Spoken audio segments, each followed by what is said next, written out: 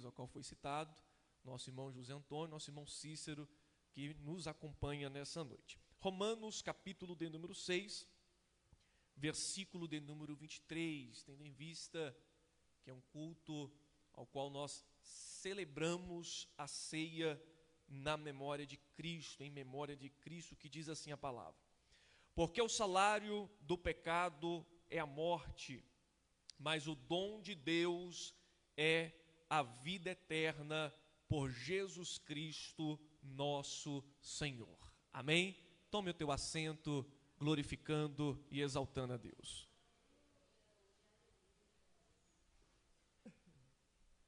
Aleluia. Meus irmãos, nós estamos diante de um texto extremamente conhecida pela vida da igreja, ao qual se encontra na carta que Paulo escreve à igreja que estava na cidade de Roma. Essa carta é conhecida como a carta da soteriologia, porque é aqui que o apóstolo Paulo vai estar reforçando intensamente acerca do processo da salvação.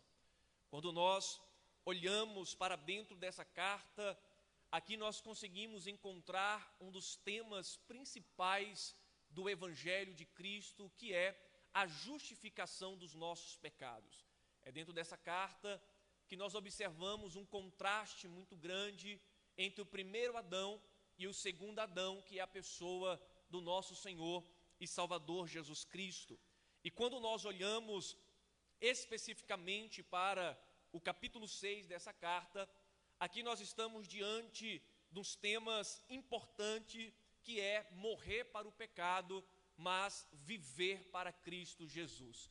É dentro deste versículo que o apóstolo Paulo vai nos mostrando que o salário do pecado é a morte, mas o dom gratuito de Deus é a salvação eterna por meio do nosso Senhor e Salvador Jesus Cristo. Quando nós falamos acerca de salário, nós estamos falando daquilo que é recompensa por um período de trabalho, ou seja, a Bíblia nos mostra que todos nós pecamos e destituídos estávamos da glória de Deus, e portanto nós recebemos como salário a própria morte, mas esse dom, esse presente manifestado pela graça de Deus, é derramada sobre a nossa vida por intermédio de Cristo, nos concedendo a oportunidade de salvação. A palavra pecado, no seu original grego, chama-se hamartia ou hamartia, que significa literalmente errar o alvo. E o primeiro erro, o primeiro pecado que nós conseguimos observar na vida da humanidade está escrito em Gênesis capítulo 3, que é considerado o capítulo mais triste da história do ser humano, porque é em Gênesis capítulo 3 que vamos observar que por causa da desobediência, o pecado ele entra na vida da humanidade e consequentemente vem a morte. A Bíblia vai nos mostrar que a desobediência, o primeiro erro, o primeiro pecado de Adão e Eva, traz diversas consequências, tanto sobre a vida do homem, tanto sobre a vida da mulher, quanto para a serpente e para toda a terra. Mas, quando nós observamos acerca deste capítulo triste, deste capítulo caótico que aconteceu na vida da humanidade, nós estamos diante também de Gênesis capítulo 3, versículo 15, aquilo que nós chamamos de proto-evangelho, que é a primeira promessa de redenção para a vida da humanidade, ao qual o texto nos diz que do ventre da mulher sairá um que pisará a cabeça da serpente e esta lhe ferirá o seu calcanhar. Esta promessa aponta para a pessoa do Senhor e Salvador Jesus Cristo, mas nós vamos conseguir observar que por causa deste pecado da desobediência, além da morte reinar sobre a vida da humanidade, o homem ele perde uma grande essência. Qual que é esta essência? De ser a imagem e semelhança do seu Criador. O homem ele perde a essência no jardim do Éden. Deus, então, ele traça aquele projeto, aquele plano de redenção. Mas quando nós observamos a partir do capítulo 3 de Gênesis, o ser humano, muitas das vezes, tentando se aproximar de Deus, e eles falhavam miseravelmente. O ser humano, ele não consegue ir até Deus sem antes Deus não abrir a porta da graça para nós conseguir alcançá-lo, os propósitos que ele estabeleceu para a nossa vida. Nós vamos observar em Gênesis capítulo de número 6, a humanidade estava totalmente caótica e se aprofundando numa vida de pecado. Ali nós observamos a geração de Noé, uma geração pervertida, aonde o pecado se expandia a cada dia. Quanto mais a humanidade crescia, mais o pecado se expandia sobre a face da terra. A imoralidade cresceu, a corrupção ela estava crescendo, a prostituição estava crescendo, as imoralidades sexuais, a iniquidade estava sendo manifestada sobre a vida do homem. O homem, ele estava sendo sanguinário, o homem, ele estava cheio de ódio no seu coração. Sendo assim, Deus levantou homens, Deus levantou mulheres, Deus levantou profetas para trazer uma palavra de arrependimento para a vida desta humanidade caída. A Bíblia vai nos mostrar que muitas pessoas foram levantadas. Deus levantou Noé, mas Noé só conseguiu colocar ele e a sua família dentro da arca. Deus vai levantar Abraão. Abraão foi chamado por Deus como patriarca do povo de Israel, mas Abraão ainda não era a solução que a humanidade precisava. Ele até mesmo tentou sacrificar Isaque, a ordenança de Deus para poder sacrificar, mas Isaque ainda não era suficiente para cobrir a multidão de pecado dessa humanidade. Deus impede o sacrifício. Veio Jacó. Jacó teve o seu nome transformado para Israel, mas ainda não era suficiente para salvar a devassidão do pecado sobre a vida do homem. A morte, ela começa a reinar e ela vai reinando até a lei. A partir da lei estabelecida ali por Moisés no Monte Sinai, entregada por Deus para a sua vida, ainda também não era suficiente para salvar a humanidade. Moisés, ele foi levantado como um grande profeta, mas Moisés, ele chegou a dizer: virá ainda um semelhante a mim, ou seja, ainda não era Moisés. A geração de Moisés passa,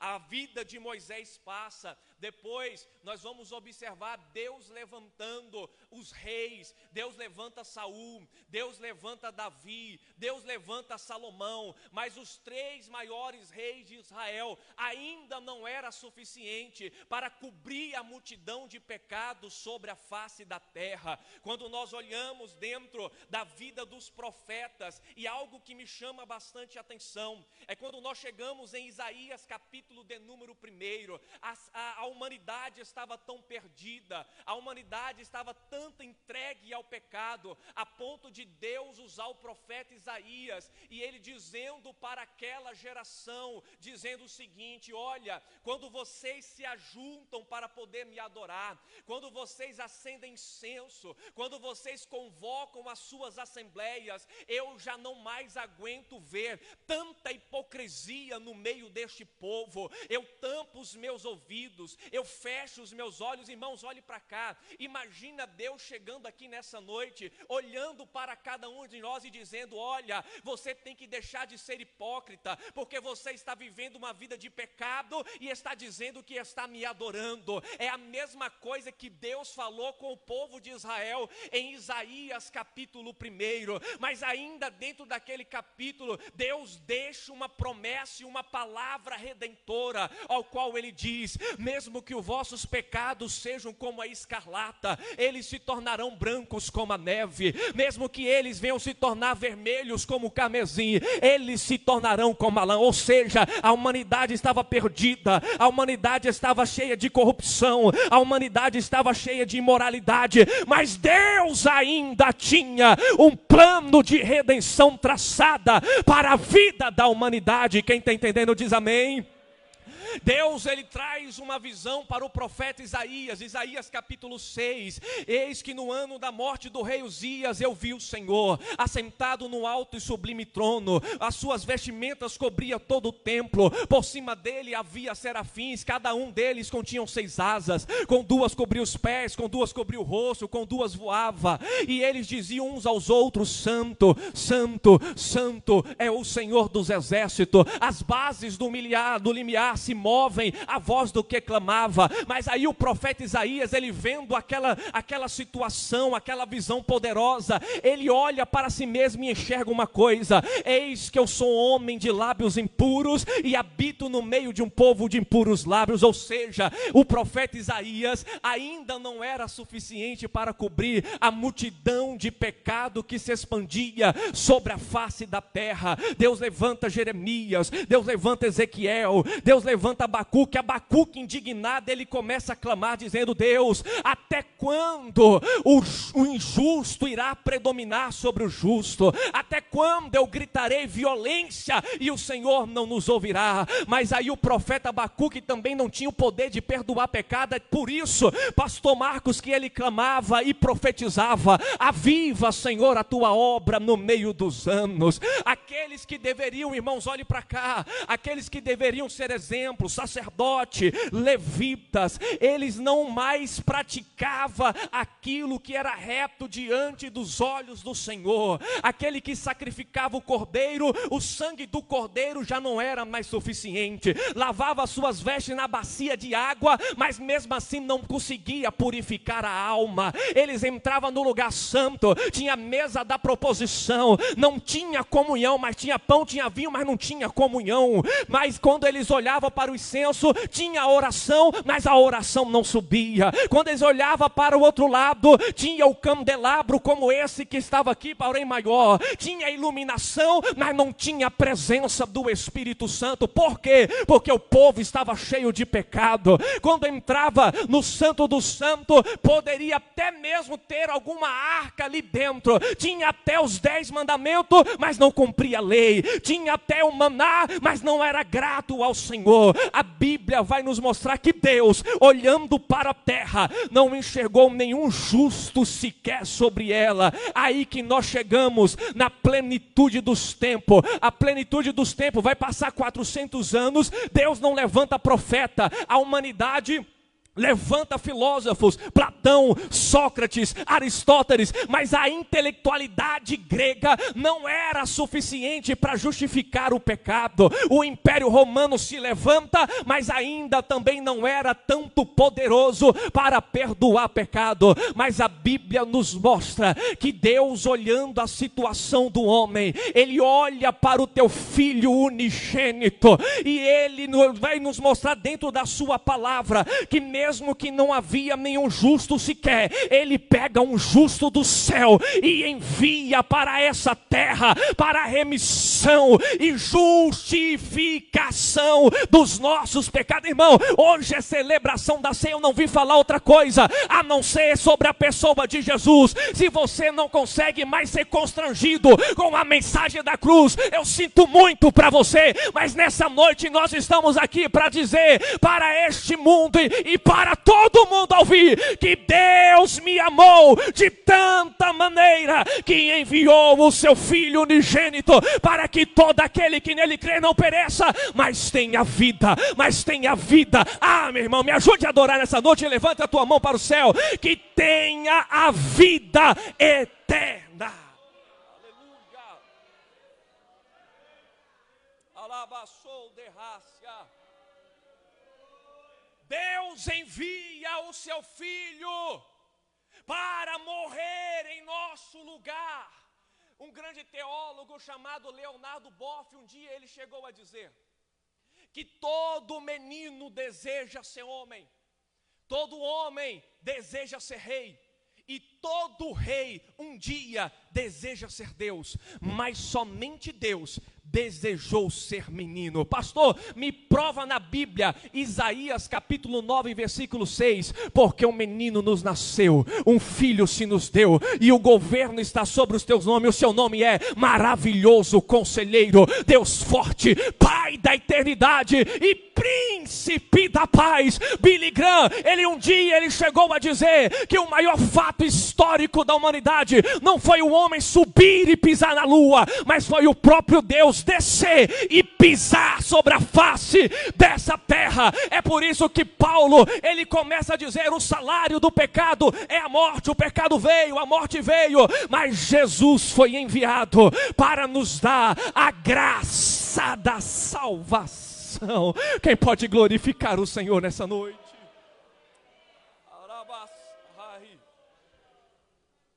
Aleluia! Jesus, ele veio para nos dar a possibilidade de um dia sermos salvos. Outrora, escravos pelo pecado, presos pelo pecado, mas agora nos tornamos livres pela manifestação daquele que foi profetizado desde Gênesis capítulo 3, versículo 15. Mesmo que o homem errou, mesmo que a humanidade falhou, Deus já tinha te enxergado aqui nessa noite e fez questão de enviar o seu único filho por amor a você. Pastor Cláudio, sabe o que me espanta? É porque hoje nós estamos acostumados com tantas mensagens açucaradas.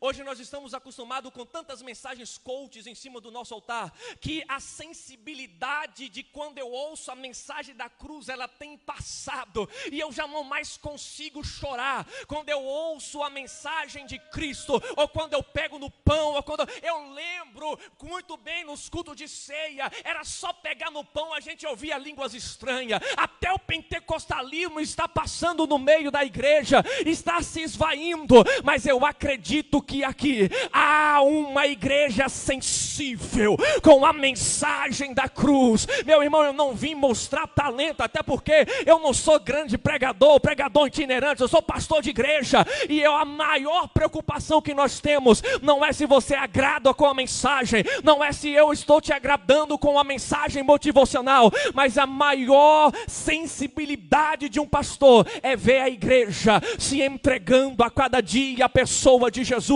e entendendo que o pecado mata, mas Jesus dá vida. Aleluia! Porque o salário do pecado é a morte, Jesus veio para nos dar a salvação. Aleluia! Jesus, ele nasce de uma virgem mulher chamada Maria, agraciada. A Bíblia diz que Jesus, ele cresce tanto na graça quanto no conhecimento de Deus. Aquele menino desenvolveu-se, chamou a atenção até mesmo dos maiores teólogos que existia, fariseus, escribas, sacerdotes, rabinos, mestre da lei. Jesus, com 30 anos de idade, ele vai a um lugar aonde existia um homem, um profeta chamado João Batista. João Batista, muitos achavam que ele era o Cristo, mas João Batista não tinha poder para perdoar pecados. E ele chegava a profetizar: olha, eu sou pequeno, mas vai vir um que é maior do que eu. Aleluia! Que eu não sou digno nem de desatar a sandália dos teus pés. Aleluia! Eu batizo com água para arrependimento, mas ele batizará com o Espírito Santo e com fogo. Jesus, na sua simplicidade, passando no meio da multidão, até porque o profeta Isaías nos mostra que ele era sem forma, não tinha formosura, mas na sua simplicidade ele entra no meio da multidão. Mas aquele que entende os propósitos de Deus consegue reconhecer aonde Jesus Cristo está. João Batista levanta o seu rosto e enxerga no meio da multidão: epa, ali está o Cordeiro que tira o pecado do mundo. Aleluia! Ele é o único que tem o poder para nos perdoar. Ele é o único, até porque em Romanos capítulo 5, versículo 20 nos diz que aonde abundou o pecado, superabundou a graça de Deus. A lei não conseguiu perdoar, mas a graça de Deus superabundou na manifestação plena do Filho de Deus, chamado Emanuel, o Deus que está conosco. Quem está entendendo, irmãos? Aleluia. Aonde, jovem, Jesus passa, milagres acontecia. Mulher do fluxo de sangue, curada. Paralítico de Cafarnaum, passou a andar. Surdo passou a ouvir. Cego passou a enxergar. Mudo passou a falar. A sogra de Pedro foi curada. O servo do centurião curado. O cego Bartimeu até gritava: filho de Davi, tem compaixão de mim. Cala a boca, cego. Não, eu vou continuar clamando. Ei, Bartimeu, o que queres que eu faça? Eu quero ver. Então começa a enxergar. Jesus, Ele não precisa quebrar parede, quebrar banco para poder curar alguém. Na simplicidade dele, Ele cura. Aleluia. Jesus é o autor da vida. Aí muitos daqueles ainda não acreditavam e queria colocar Jesus à prova. Até que chegou um paralítico, desceram ele daquela casa. E aí muitos fariseus estavam ali só para observar o que Jesus iria fazer. Aí Jesus olha para aquele homem e fala assim: perdoado estão os teus pecados. A necessidade daquele homem, ao seu olhar humano, era poder andar mais uma vez. Mas Jesus, Ele consegue enxergar a maior necessidade que nós temos, que é a salvação. Porque enquanto a lei não conseguia, Moisés não conseguia, o primeiro Adão não conseguiu, Jesus, Ele veio para perdoar os nossos pecados. Sabe por quê, pastor Daniel? Porque o justo não precisa de médico. O são não precisa de ser curado, mas ele veio para os injustos, para os pecadores, para levar esses mesmos pecadores ao arrependimento. Não há possibilidade de nós termos a salvação sem antes arrependermos dos nossos pecados. Irmãos, olhe para mim aqui, por gentileza.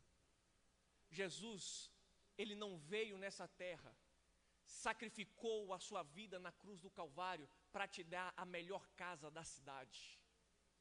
Jesus, Ele não morreu na cruz do Calvário para te dar o carro do ano. Embora Ele possa te dar, mas Ele veio para promover salvação para a tua alma.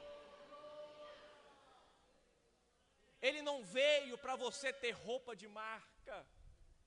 Ele não veio para você ser agradado, porque eu só vou para a igreja, pastor Daniel, se a mensagem me agradar. Se o pastor não me agradar, se o líder não me agradar, ei, deixa eu te falar uma coisa: o culto não é para o homem, o culto é para Deus, por causa do seu amor manifestado sobre a nossa vida. Aleluia! A Bíblia vai nos mostrar que colocaram Jesus à prova, até que conseguiram, olha para você ver, conseguiram prender Jesus, mas mal ele sabia que foi Jesus que se entregou. Até a autoridade que estava sobre Pilatos, não era de Pilatos mesmo, mas o próprio Deus o concedeu. Aleluia! Pegaram, Jesus se entregou. E tem um detalhe: espancaram ele, maltrataram ele, tirou a sua coroa de glória que estava no céu e colocaram nele uma coroa de espinho. A Bíblia vai nos mostrar que aqueles espinhos furavam o crânio do nosso mestre a ponto de descer sangue sobre o seu rosto.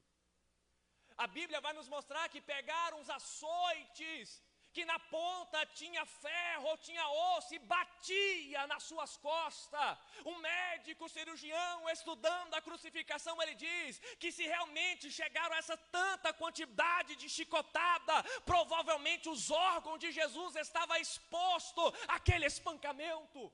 Colocaram ali aquela cruz de madeira e fizeram ele andar pela via dolorosa.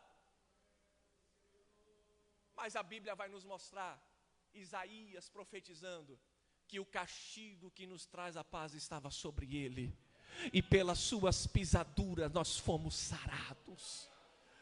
Estenderam Jesus naquela cruz. O meu mestre, eu não sei o seu, mas o meu mestre, ele estava naquela cruz, e ele estava sentindo sede, até que ele pediu água, mas sabe o que fizeram? Molharam a esponja no vinagre e colocaram na sua boca. Quando você pensa que não, pegaram a lança, furaram o seu corpo, saiu água, saiu sangue. Jesus foi maltratado, mas sabe qual é o detalhe? Ele não abriu a boca para reclamar, ele entendia o propósito daquele sofrimento. Jesus foi crucificado e no seu último fôlego de vida, Jesus ele estende o seu rosto e grita uma expressão que diz: tetelestai, está consumado. A Bíblia nos mostra que houve terremoto. Um dos soldados do Império Romano olhou e disse: verdadeiramente ele era filho de Deus. Veio José de Arimateia, veio Nicodemos, conseguiram tirar ali, através da influência política, o corpo de Jesus na cruz, sepultaram ele na sexta-feira. Quando chegou no sábado, o túmulo ainda estava fechado, nada tinha acontecido, mas quando chegou no domingo, a Bíblia vai nos mostrar que algumas mulheres foram até o túmulo de Jesus, o seu sepultamento, chegaram lá, assustaram. Por quê? Porque o sepulcro estava aberto, e quando elas entraram, cadê o corpo do meu mestre? Havia um lençol dobrado. Quando elas saíram daquele sepulcro, encontrou com os homens vestidos de branco, ao qual olhavam para aquelas mulheres e dizia: por que tu procura dentre os mortos? Certamente aquele que ainda vive, Jesus ressuscitou.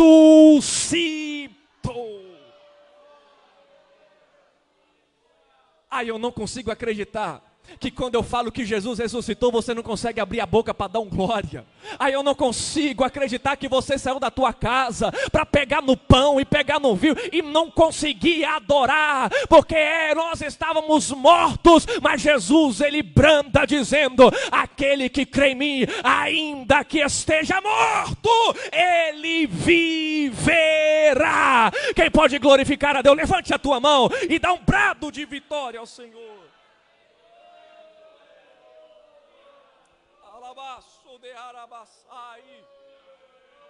Aleluia! Jesus ressuscitou. E eu consigo ficar imaginando, pastor Marcos, Jesus chegando diante da morte e dizendo: ó morte, aonde está o teu aguilhão? Tragada foi a morte pela vitória. Tragada foi a morte pela vitória. É na carta de Romanos que o apóstolo Paulo ele brata uma das expressões áureas do Evangelho: portanto agora nenhuma condenação há para aqueles que estão em Cristo Jesus. Mandilene, Jesus ressuscita, aparece para os seus discípulos. Já vou finalizar. Ele começa a trazer as últimas instruções para os seus discípulos. Mas lá em João capítulo 14, Jesus já tinha falado para os seus discípulos: olha, não se turbe o vosso coração, credes em Deus e credes também em mim. Na casa do meu pai há muita morada, se não fosse assim eu não vos teria dito que eu vou preparar-vos lugar. Mas não preocupa não, que eu irei, mas eu voltarei para buscar, para que onde eu estiver, estejais vós também. É dentro desse capítulo que Jesus ele diz: olha, eu não vos deixarei órfãos, eu enviarei outro Paracletos Consolador, e ele estará convosco, o Espírito da verdade, para todos sempre. Sabe por quê? Porque o Espírito Santo está preparando a igreja para receber aquilo que nós tanto esperamos. O quê? O soar da trombeta tocando. E aí os discípulos, ele vendo Jesus subindo sobre as nuvens do céu, aparecem uns anjos, seres celestiais, e olha para eles: olha,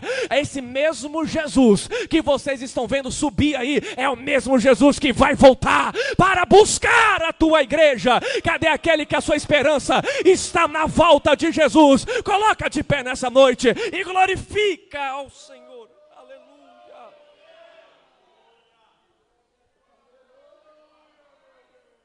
Alabassuri calabassai. Feche os seus olhos nessa noite.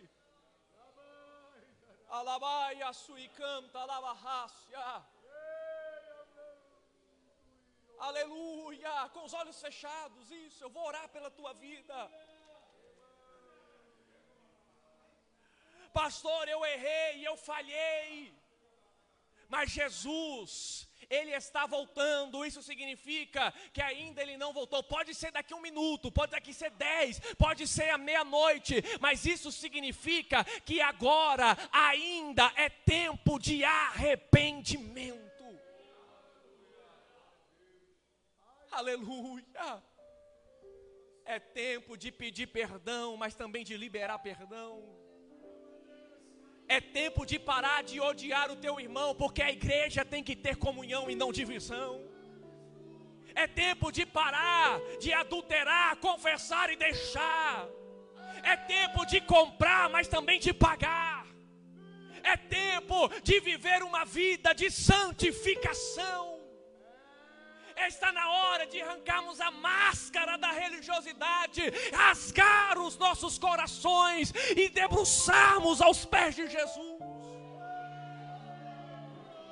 Porque a única coisa que nos separa de Deus se chama pecado. Mas a única coisa que nos aproxima e nos ajunta com Deus se chama Jesus Cristo. Não há salvação sem a pessoa dele. Não há salvação, não há redenção, não há cédula rasgada sem Jesus Cristo e o seu sacrifício na cruz. Feche os teus olhos.